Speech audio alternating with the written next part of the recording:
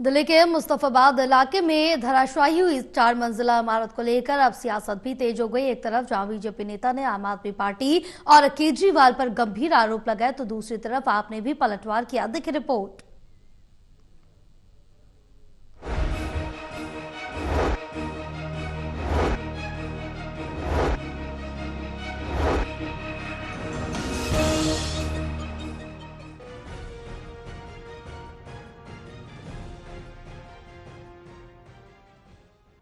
दिल्ली के मुस्तफाबाद इलाके में धराशायी हुई 4 मंजिला इमारत को लेकर अब सियासत भी तेज हो गई है। एक तरफ जहां बीजेपी नेता और दिल्ली सरकार के मंत्री कपिल मिश्रा ने आम आदमी पार्टी और पूर्व मुख्यमंत्री अरविंद केजरीवाल पर गंभीर आरोप लगाए हैं। इसी कड़ी में इस पर दिल्ली के मेयर महेश खींची ने कहा, हमने तुरंत रेस्क्यू ऑपरेशन वालों को निर्देश दिए और आयुक्त महोदय से भी बात की।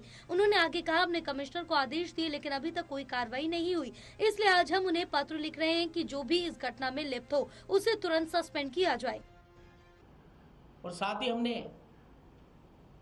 कमिश्नर आयुक्त महोदय से भी बात करी है, मौखिक तौर पे उनसे बात करी थी, हमारी फ़ोन पे बात हुई थी कि ये घटना घटी है, जो भी इसमें अधिकारी दोषी पाया जाता है तो उसके खिलाफ सख्त से सख्त कार्रवाई की जाए, क्योंकि ये बर्दाश्त नहीं किया जाएगा कि 4 मंजिला इमारत गिर गई, उसमें कम से कम 17 से 18 लोग के दबने की आशंका है, जिसमें 11 से 12 लोगों की मृत्यु गई।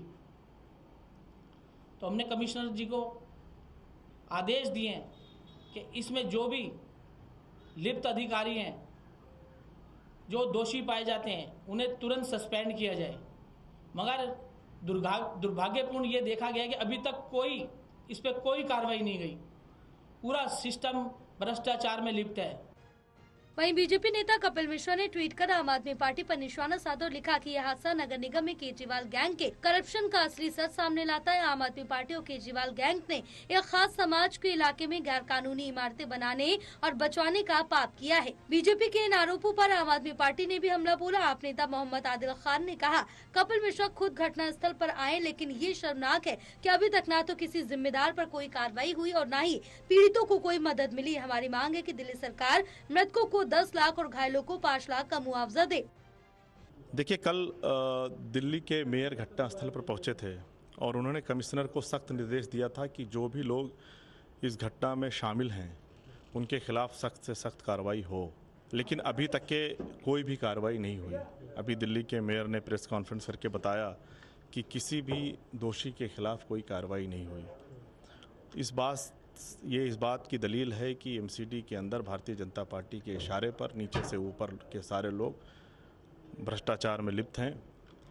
अभी भी मेयर साहब ने कहा है कि वो चिट्ठी लिख करके जो भी लोग इस घटना में शामिल हैं, जो दोषी हैं, उनके खिलाफ कार्रवाई की जाए।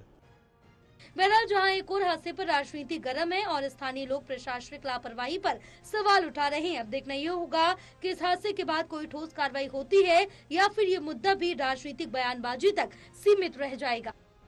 सहयोगी अनिल के साथ दिल्ली से विशाल सिंह की रिपोर्ट।